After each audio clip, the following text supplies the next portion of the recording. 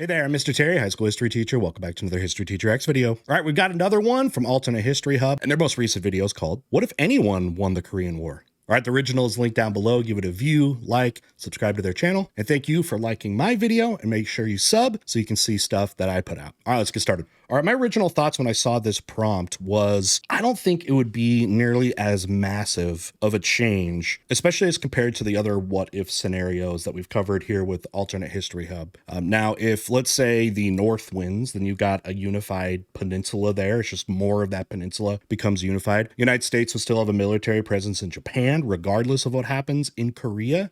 If the United States and the South Koreans had sort of won this, then yeah, you get a border that pushes up to China, and there'd probably be some similar hostilities on the Chinese border potentially. Anyway, I don't think it would be as massive. I'll be interested to see what Cody has got here, and be sure to let me know what you think down below. Let's see. This video was sponsored by World of Tanks. Find out more about the special invite content for new players later on in the video.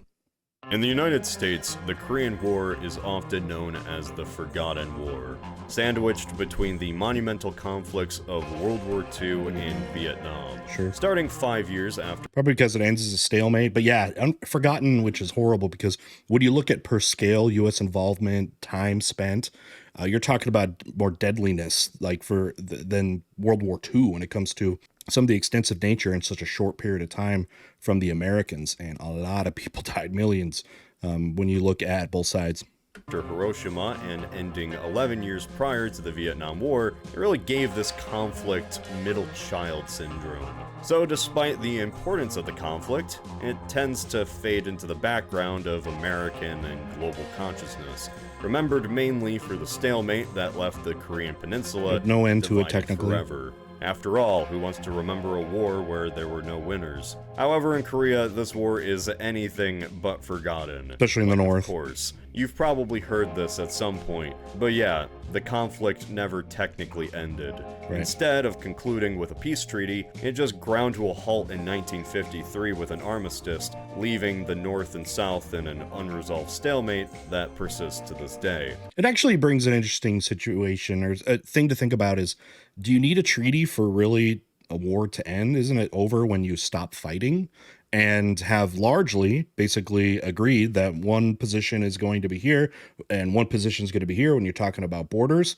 I mean, yeah, it probably leads to a little, not necessarily little, but a lot more defense of that border. The demilitarized zone, or DMZ, in Korea is one of the most, if not the most, militarized border on the entire planet, and has been so for decades. Now, remember, historically, Korea was a colony of Japan, and had been a colony of Japan for decades before this war ever started. So it was one of those places that saw that sort of ideological battle of communism and American-backed capitalism in a former colony of a losing country, i.e. Japan.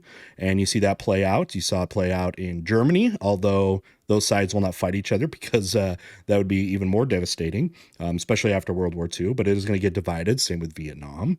You're going to see that as well. So it's just more of the same. So what if the Korean War had ended differently?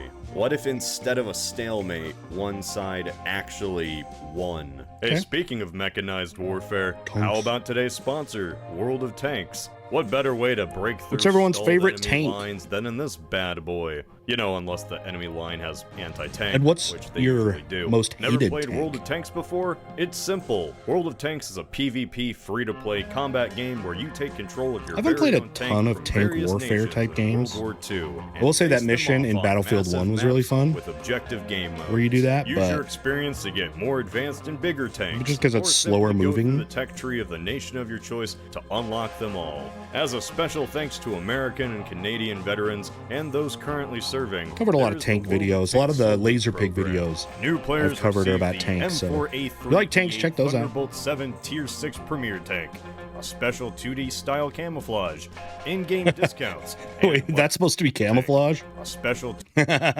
Giant. I wonder who that tank belongs to. Or you do that just to, like, paint your enemy so it looks like it's someone else. 2D style camouflage, in-game discounts, and much more. There has never been a better time to get into World of Tanks, especially for new players. By using the invite code COMBAT, new players get the Cromwell B Tier 6 medium tank, 250k credits, 7 days premier access, 3 rental tanks for 10 battles I can each, rent a tank? including the Tiger 131, T-78, and Guys, what if Type tanks were 64. street By legal? using the same Like code, civilians existing can just buy players who one. haven't played in the last That's just 60 days get 3 days what you of drive to premium work or access. school. The camouflage 2D style bargain. You're arguing with somebody for a parking space. Centurion Mark V. You pull up with your tank, like, nah, I'm taking it. Credit compensation if you already have this tank in your garage. What a way to jump in or back into, well, this world of tanks. Register today on PC by clicking the link in the description and play World of Tanks today.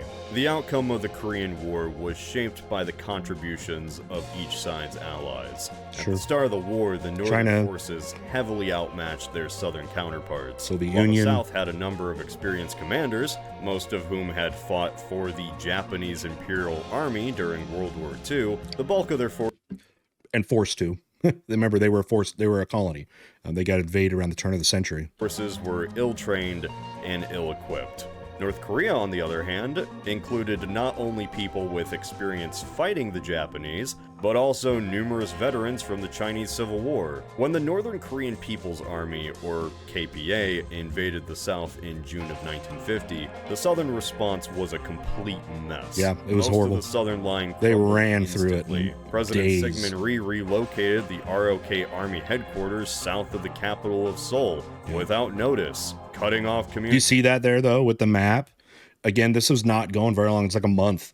Basically, they got put down South of the capital. right to a tiny little corner here. The war was about over. This was also one of the early tests by the UN. Was the UN going to allow such activity? And it was seen as not allowed. But the problem is, from the UN, is like nobody really showed up. I mean, you have the United States, which provide a lot, but there were other nations that supplied things, but not very much.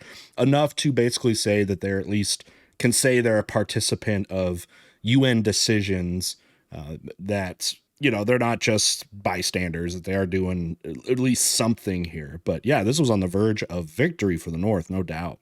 Capital of Seoul without notice, cutting off communications with the troops north of Seoul and sparking a panic among civilians. Seoul was captured within a matter of days, prompting a mass exodus towards the south. The retreat was so chaotic, in the middle of it, the Southern forces killed hundreds of their own civilians by blowing up a major bridge across the Han River while people were still crossing. So they're stuck now. The North managed to pull off a blitzkrieg. Rush B quickly secured the capital with very little casualties. Probably what a certain Russian. By the way, that whole thing about like them basically abandoning people is not talked about in Western history. I mean, let alone, we already talked about the Korean Wars and talked about much at all, but even that, where a lot of people might consider that an atrocity, to achieve not too long ago. With poor discipline. Go back.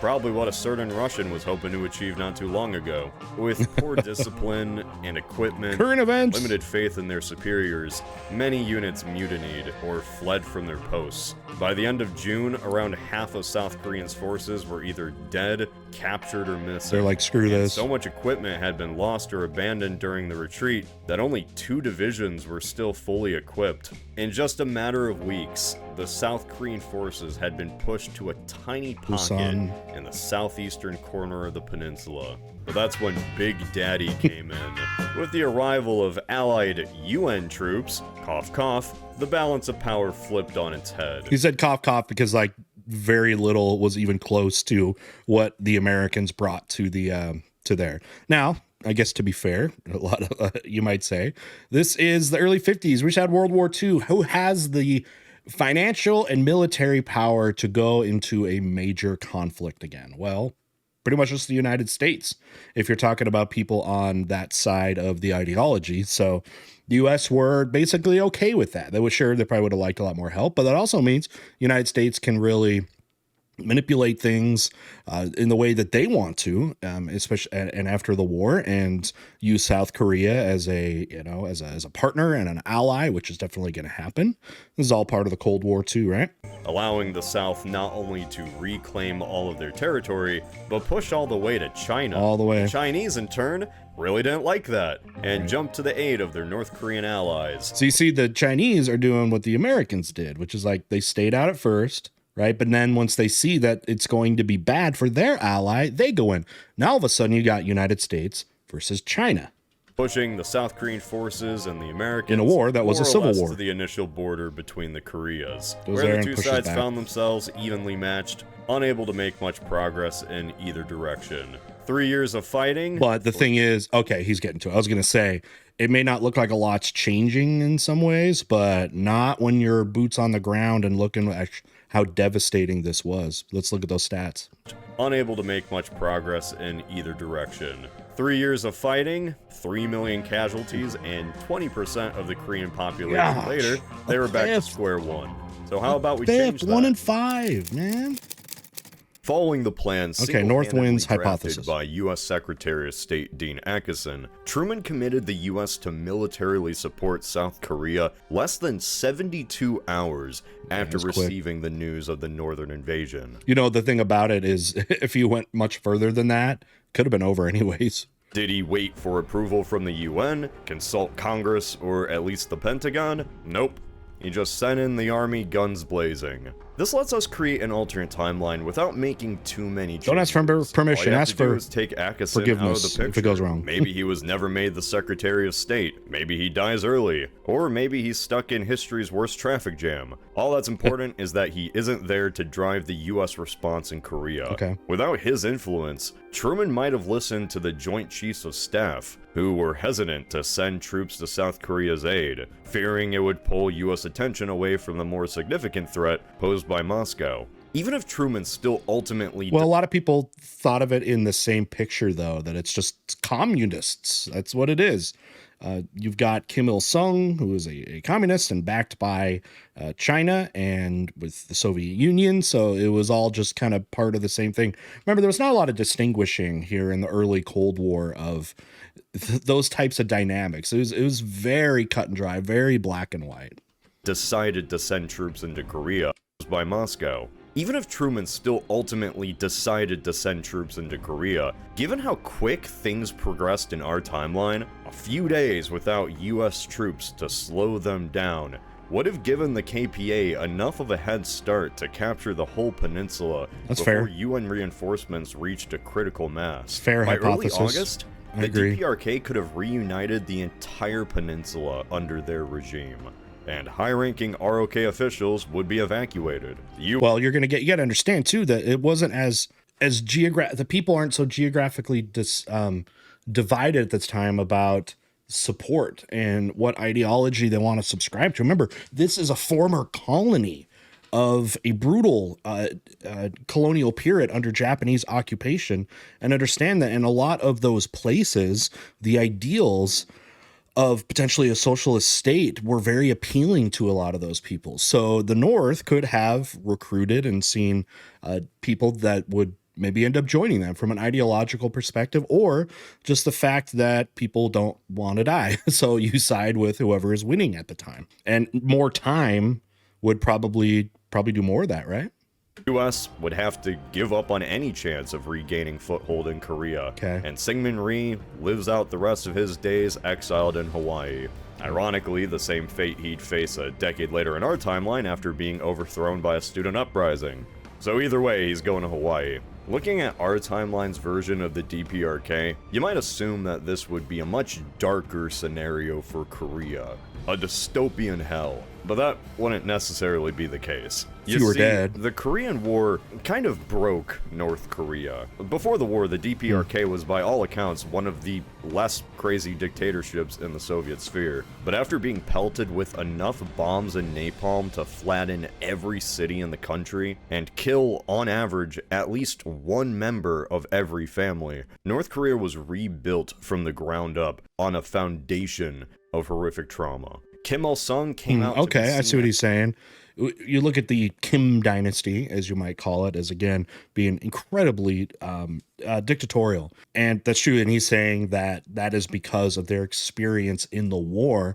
And there's definitely some truth to that, because if you look at the rhetoric still used in North Korea, it still uses the hostilities of, the war, and especially with the Americans, to prop up this dictatorship, because they are seen as the ones that can protect them and have continued to protect them for decades and decades. Because in the North Korean mindset, this is still something they believe the United States wants to do, and are preventing the unification of the Korean Peninsula. That does make sense to that extent. Now, would it not have been totally? I don't know. Maybe I think it would be, depending on what he says next, still maybe a little bit more. I guess dictatorial is the word, but then maybe he thinks it would have been. We'll see. As the savior of his people from the evil US. And the nation doubled down and created a bunker mentality. It's from the ashes of that destruction that the North Korea we know today came to be. In this alternate timeline, however, with a quick victory and no there was bombings, no south and the north, DPRK really. is decidedly more normal. Kim Il-sung is quick to blame all southern atrocities on the US or Japanese collaborators, Right. allowing average ROK soldiers to avoid harsh retribution. Although any high-ranking officials or former Japanese collaborators would be condemned to death or the gulag. Oh, for Many sure. lower-ranking officials and soldiers are instead sent to re-education camps. It's there where they're taught to blame the US for brainwashing them into betraying their country before being allowed to rejoin Korean society. Sure. So basically, the rhetoric would he's saying the rhetoric would be the same. Maybe not the response by the people in this almost like cult of personality, cult like following that occurs in North Korea. So okay. All right, 20th century Korea. Well, this has all been 20th century, but For the rest of the 20th century, there are basically two paths the newly united Korean Republic might go down. One, student protests against the regime break out in the 1960s, just as they did in South Korea in our timeline. That's fair to While expect. Kim is unlikely to step down like Ri did, there's a good chance this kind of uprising does prompt some reforms. Korea likely follows a similar economic path to China, potentially leading to a fairly wealthy unified Korea, maybe even on par with South Korea of our timeline. Alternatively, the DPRK might follow a similar economic path as in our timeline, resulting in stagnation within the 1960s. well, they would have. Well, here's what possibly could have happened if North Korea wins. You might get a sanctions or trade embargo happening from UN nations, many UN nations, which could cripple their economy, just like it has in recent years. The sanctions are again crippling for North Korea, but you'd also have more access to trade potentially if there aren't going to be those embargoes with some of the port cities that they're down south, also access to more resources. But just like it is now, North Korea would still have access to trade with, say, China, maybe the Soviet Union. But yeah, I mean, economically, I guess they could do better, but a lot of that is going to depend on the foreign response and if they try to economically sort of punish them for this. In either case, though, the unification of the agricultural South with the industrial North makes for a more stable and self-sufficient economy on all ends, allowing the DPRK to avoid the Won't matter so massive much if you famine can't trade that on the global followed markets. The fall of the USSR.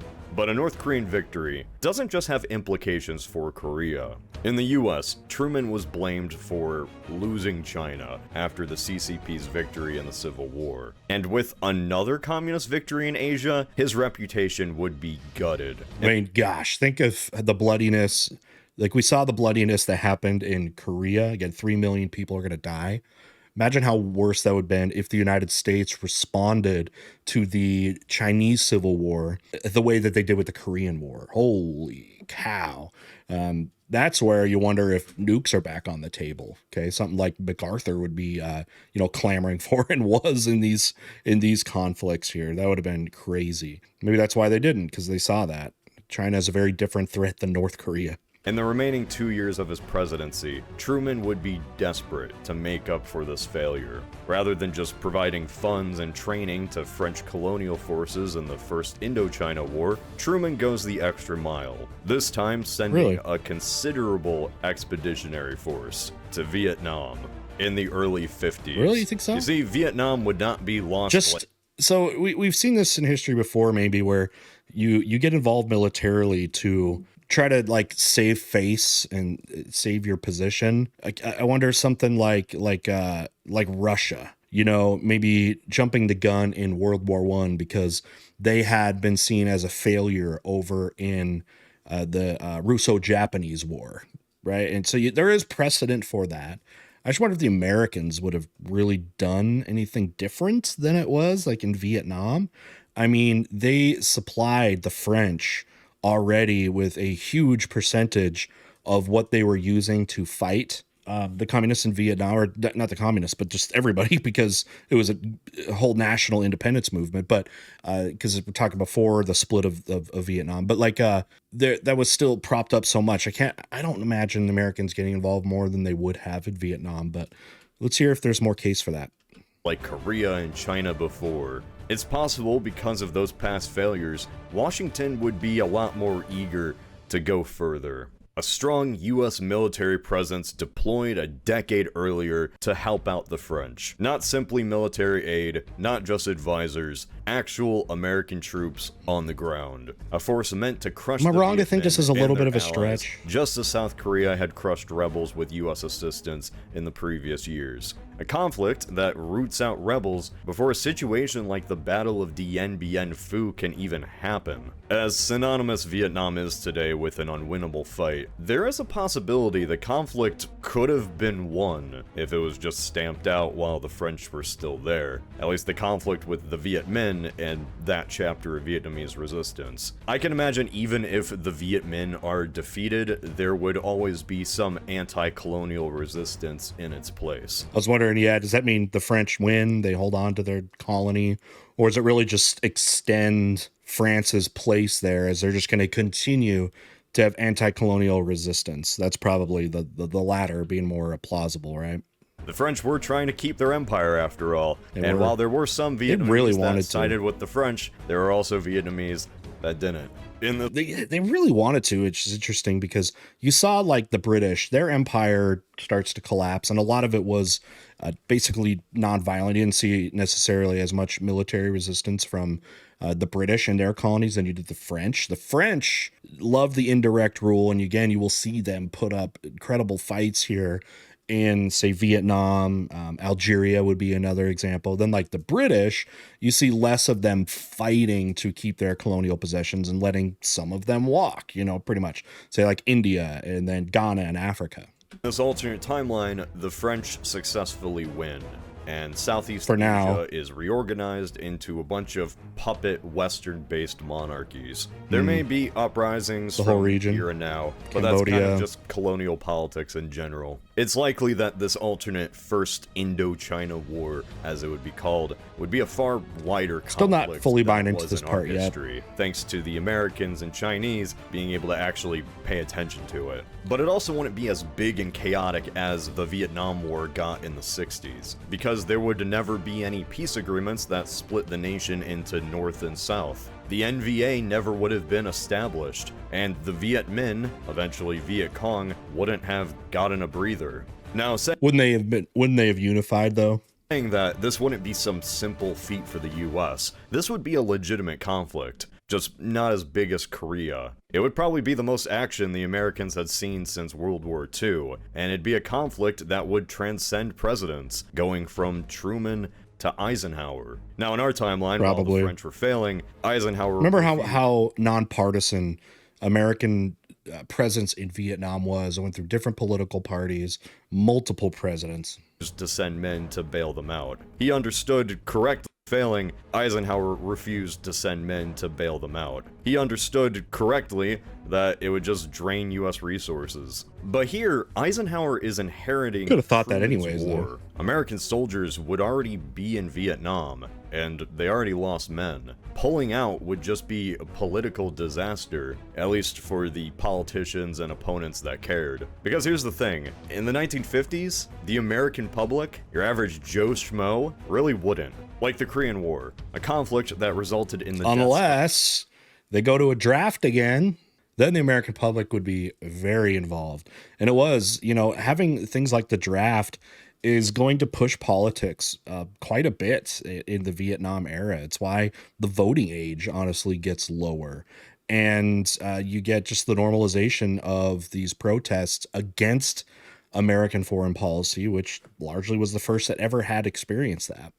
Of millions of Koreans and 40,000 Americans, and it was just barely talked about by people at the time. Right. It was called the Forgotten War for a reason. After World War II, who cares? And that was a conflict, unofficially at least, against China. A conventional conflict. If your average American in the 1950s didn't care about Korea, how would they react to American troops in Vietnam? A guerrilla war. In this alternate world, the United States would get involved in a conflict France was going to lose, win it, defeat the Viet Minh before they became big, and it'd never be known by your average American. Still think it'd be the same though. Atrocities included. Oops. Still think This Vietnam sounds would largely be far-fetched. the same. It really shouldn't. Just one example, in 1965, the US sent 20,000 troops to crush a communist uprising in the Dominican Republic, and you're probably just hearing about it now. The Cold War was full of military operations. Never brought that. There's There's so many things that I bring up in my decolonization unit. One in Dominican Republic I never have. Need to add it to the list, even just in passing. Out fires before they became raging infernos, most of which from the American public's point of view was so out of mind it was never given attention. This kind of just spins out into a scenario of its own if we're being honest. Like, we're talking about an alternate timeline where the political ramifications of the Vietnam War just don't happen. The post-war disillusion, a large part of the 1960s chaos, the anti-war movement really just wouldn't exist unless the US got a chance to go into another quagmire. Because no failure of Vietnam also means that the lessons kind of have to be learned elsewhere. Perhaps without Vietnam, America gets more involved in post-colonial Africa, even more in Latin America, perhaps also Southeast Asia, gradually escalating involvement until there is a conflict they can't control, and it becomes just like, well, Vietnam. Wait, this isn't a video about Vietnam. This was a video about Korea. How did we get off topic? Yeah, so this was a scenario where North Korea won. You talk about it a lot. We kind of forgot about that. So, what if we flip this scenario? What if the South had complete and total victory? All right, so, okay, he did the whole North thing. Only thing, I guess, I haven't bought into how it's going to affect what happens in Vietnam. I just don't know, because it seemed like he hinged it upon just like Truman wanting to not look weak here towards the end of his presidency. Like, I don't know. I don't know. I'm not as maybe as bought in as he is, but what do y'all think about that? All right, let's look at the other scenario. South Korea wins. Instead. My initial thought was, okay, it's just, South Korea is unified under the South, with the United States being a huge part of that. They're probably, the United States being part of that and able to withstand any kind of resistance movements potentially with that. That could be part of it. Again, would it have then inflamed even more with China? I don't know. I mean, it already was pretty bad when they had to fight the Chinese, when the Chinese come in and push the Americans back.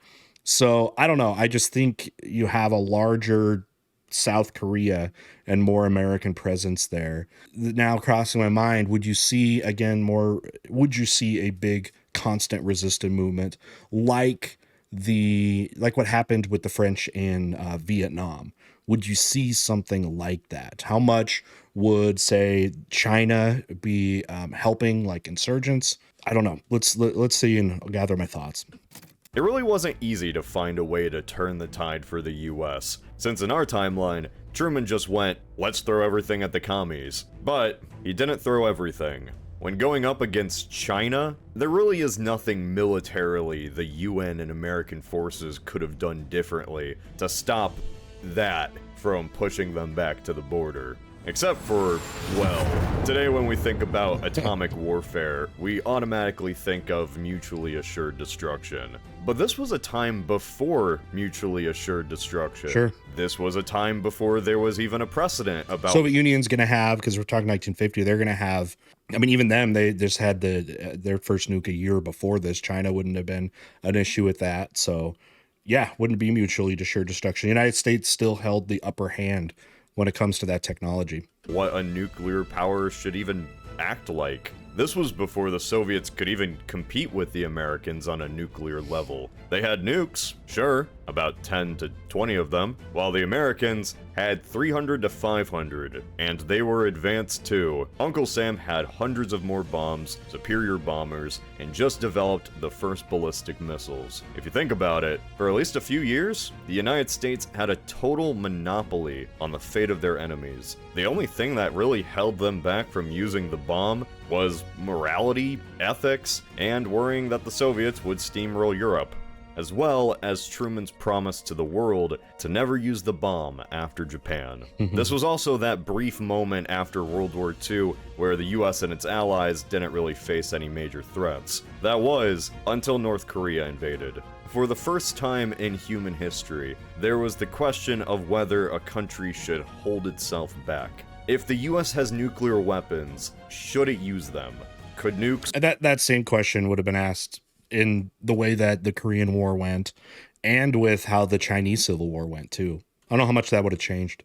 be used as tactical weapons against an aggressor? The answer in our timeline was debated throughout the whole war. Like, you probably know about MacArthur wanting to turn a chunk of Manchuria into a sea of radioactive cobalt. And yeah, he was fired for that. He was. But this wasn't the only time. Truman fired him because MacArthur's answer was just like nuke everything, and Truman's like, "Dude, you've gone way too far." But MacArthur was also really popular amongst the American people. When he got fired, there were angry letters and people putting opinion pieces in the newspaper saying that MacArthur was a hero. I don't know. I guess in hindsight, we're probably depending on how you're aligned with things. I've talked to people that think that they should have just continued the war against the Soviet Union and against China, and even if nukes come in there. But I think a lot of people are going to say the other thing, that they're glad they didn't necessarily take MacArthur's advice. But again, remember, that was the time when the United States had a monopoly on this stuff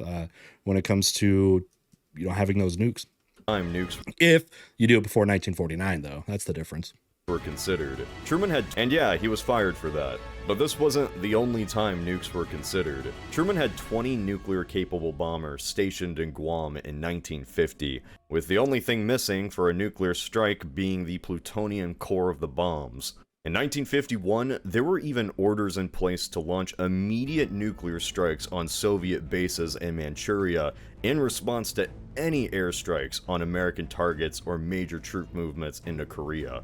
The US also dropped dummy bombs and TNT across North Korea to test the viability of using nuclear weapons. While in our timeline, this never came to be, actually did not know there were that. A lot of factors that Wait, is he saying that happened? Because I actually hadn't heard that. That's interesting. Like fake ones to see, will they shoot him down or something? The use of nukes. Like, how would America's allies react if nukes were just used indiscriminately? How would America's enemies respond when they eventually get I'll be honest, I don't think they would have... Do you think they would have cared that much? If you're still talking like Churchill and stuff, I don't know. Same weapons. Going off the precedent, the enemies respond when they eventually get the same weapons. Going off the precedent the US just set. They get no it matter 49. what it was, nukes weren't used, of course, but it wouldn't really take a huge change for nukes to fly. Like, the bombers in Guam, or using nuclear strikes on Soviet bases were things already considered while the war was evenly in the US's favor. Right. So what if the war wasn't in America's favor? Say the North Koreans have slightly more insight and decide to place naval mines at Incheon. Say they defend the beaches even a little bit better than they did in our timeline. That was already Say the US's incredibly attempted hard. landings fail miserably, or go horrendously wrong, leaving the southern I thought we were talking about what if South Korea is winning in this one, in this scenario. forces defending the Pusan perimeter with no end in sight. Not only that, a failed invasion at Incheon is an embarrassing moment for the Americans as a whole, a symbol that they can't defend their capitalist allies. Incheon makes this bad situation fatal. It's not likely that this would happen, like Incheon was a very successful invasion, but this would be the only thing that would make the US desperate enough to think about crossing the line. Employ nuclear weapons as a show of force, selecting a single strategic target in North Korea to vaporize. No city or anything. Pyongyang wasn't gonna get nuked like Hiroshima, but this would be something to display America's real nuclear power. A military target meant to crush their resolve. Kind of the world's biggest remember who you're dealing with. And while that probably wouldn't rattle the North Koreans, it would rattle their allies, especially Stalin. While the USSR had conducted its first nuclear test the year prior, the first airdrop wouldn't come until 1951. Like in our timeline, he would have abandoned North Korea if the Americans had involved nukes. He would be more than willing to just salute Korea, press F in the chat, and leave. The USSR In a lot of ways, they kind of did that, though. had committed air pilots to fight in Korea under the markings of the Chinese Air Force, as well as trained Chinese pilots in Manchuria. Hundreds of Soviet Air Force officers and thousands of other personnel would participate in the war in some capacity. In this alternate timeline, if Stalin pulled this support, the North Koreans would be left at a significant disadvantage, allowing the Americans to break the line at the Pusan perimeter and push north. Now, the Chinese would still commit troops to Korea as the southern forces reached the Yalu River, and they would still push the Americans back from their border, but without significant... So now I'm wondering what, in this scenario, leads to the success of the United States, and if it's not nukes, because we saw in real time that it didn't work. They were not able to withstand this pushback. Significant air support, their advance would stall before they ever reached the 38th parallel. The southern forces could perhaps push north to the Yalu River and become entrenched at the Chinese border. The fate of Kim Il-sung would kind of be up in the air. There's a chance he could be caught by South Korean forces and killed on sight, or he would just flee into China. Either way, the DPRK kind of wouldn't exist anymore. The South, and not the North, would have reunified Korea. Yeah, United Korea, I mean, that was kind of the goal, especially for the North. The North always felt the South, you know, wanted to be unified, but it was foreign adversaries like the United States and Japan that didn't want them to. Is victorious.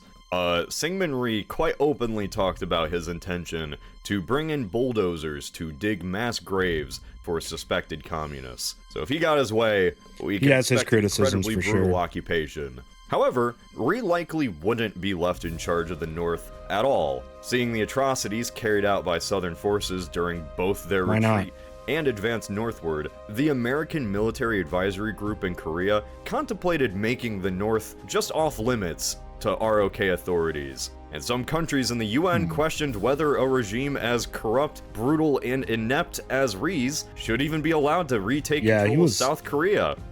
Also disliked the US State a lot. Department planned for the occupation of the North to be under the Supreme... Well, I mean, the US did that with, like, Go Dinh Diem in South Vietnam, where they have him and he was hated by his own people.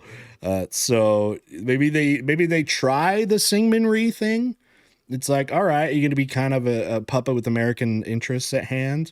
But then again, if it gets bad and you pretty much get him out and off him, he ends up dying with talking about DM. Like, I'm trying to think of that scenario. I guess I could see that happening. It would just be another DM situation, although it's before what happens in Vietnam. Supreme authority of the UN planned for the occupation of the North to be under the supreme authority of the UN. Or, failing that, a US-backed puppet, an idea that was sure to excite the newly formed CIA, although their vision still involved an incredibly authoritarian set of policies, including around 14% of North Korea's population being sent to re-education camps, put on a blacklist, but at least it avoided the mass murder that Rhee had in mind. In our timeline, Syngman Rhee ruled as a dictator until 1960, when he was overthrown by a student uprising known as the April Revolution, with South Korea becoming a parliamentary republic for like less than a year before the military stepped in to restore order. This instituted a junta with Park Geun-hye in charge. His 16 years of power saw South Korea flip from military rule to civilian government to one-party dictatorship. I feel like now he's intertwining like what actually happens in history, saying it's also part of this alternate history. In that time, Park oversaw plenty of repression, but he also introduced economic policies that turned South Korea telling from us what the a poor history country reliant on American aid to an export-driven industrial powerhouse. Right. South Korea transitioned back to democracy in 1987, which has lasted till today. In a South Korean victory scenario, I can see two main paths Korea might have gone down. In one scenario, with North Korea eliminated as a threat, the US and UN pressure Syngman Rhee to step down, no longer seeing him as a useful ally against communism after his inept response to the Northern Offensive. That's why I was kind of wondering, though, if they keep him in at least for a while. Give him a chance. Just as in our timeline, his regime is replaced by a parliamentary republic, but nearly a decade earlier, and it wasn't really Korean and Gangnam Style. Did it. The state's earlier transition to democracy eliminates the causes of the April Revolution, and in turn it also prevents Park Chung-hee's coup. The UN administration in North Korea applies a Marshall Plan-like set of policies to rebuild the region after the war. The largely agricultural country gets a bit of an economic boost. Very plausible. I was thinking about this, that yeah, what happens there is, or what happened in Japan might be similar to what happens here, especially if they had won the war. They want stability there. American policy behind Marshall Plan stuff is, Marshall Plan going with Germany, but remember that the financial support and crafted rebuilding of Japan were supposed to prevent the rise of communist and socialist sentiment, because it was supposed to show, with all of this financial support, that capitalism and everything that's attached to it is the way to go, and financial stability would prevent socialist movements. And so, yeah, it totally makes sense that the Americans would do that.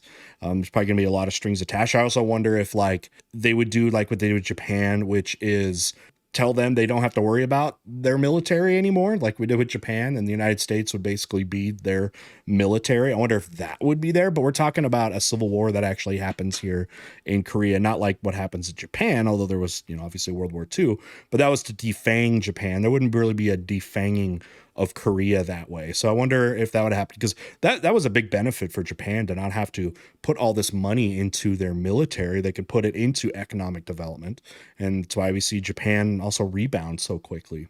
However, without the kinds of economic policies introduced specifically by Park Chung-hee, it's debatable whether Korea ever reaches the levels of wealth that it reached in our timeline. So it could be a more united, but slightly poorer country. I'm not going to open that can of worms with South Korean economic policy, though, so yeah, we're just moving on. The other option is that Rhee is allowed to remain in place, and after 3 or 4 years of UN administration, the North is turned over to his government.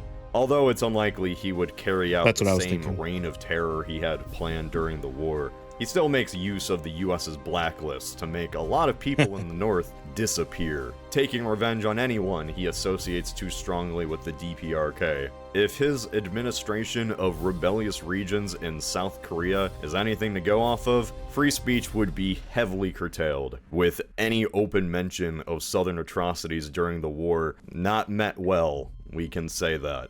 Interesting that he's putting, Syngman Rhee kind of becomes the new villain here. More than, like Kim Il-sung ever was. But yeah, okay. Yeah, I get it. Yeah, I could potentially see that. Just like in our timeline. It's like there was going to be a villain of some kind, and no matter what comes out of this. However, Rhee's authoritarianism would ultimately bring about the same student protests intense enough to oust him from the presidency and force him to flee to Hawaii. Very possible. Yet, the student protest would probably include a generation of North Korean kids, those who had grown up with some anti-capitalist sympathies, and also had faced anti-communist This was what I was thinking too. So there's potentially a communist element into these protests. For sure. In his youth, Park Chung-hee... There definitely would be. It's not like that sentiment would have just been gone because the South won the war. That would be something they would be dealing with probably forever. He had briefly been a member of the Korean Workers' Party, and after seizing control, he made sure to demonstrate his opposition to communism whenever possible to relieve any suspicion the US had towards him. In this scenario, this would mean continued repression of the North throughout decades of his reign. I mean, really, if there's anything to take away from this whole video, it's that it would just be a blended version of the North and the South. It is kind of funny though, whether communist or capitalist, Korea is just kind of a dystopia in different ways. It's actually fascinating. Special thanks once again to World of Right on. Tanks for sponsoring this video. Final thoughts. All right, I don't think I've deviated too much from my original thought when I just saw the prompt. He went through some big changes that he thinks would have happened as a result. I hadn't bought in completely to what he says would have happened with Vietnam. I think, agree more with what he said about if the South won when it comes to their future, how the Americans would be involved, how Syngman Rhee's career might play out. I think I agree more with him on, yeah, what if the South had won rather than what if the North had won. But I want to know what you think. Let me know down below, and we'll see y'all next time.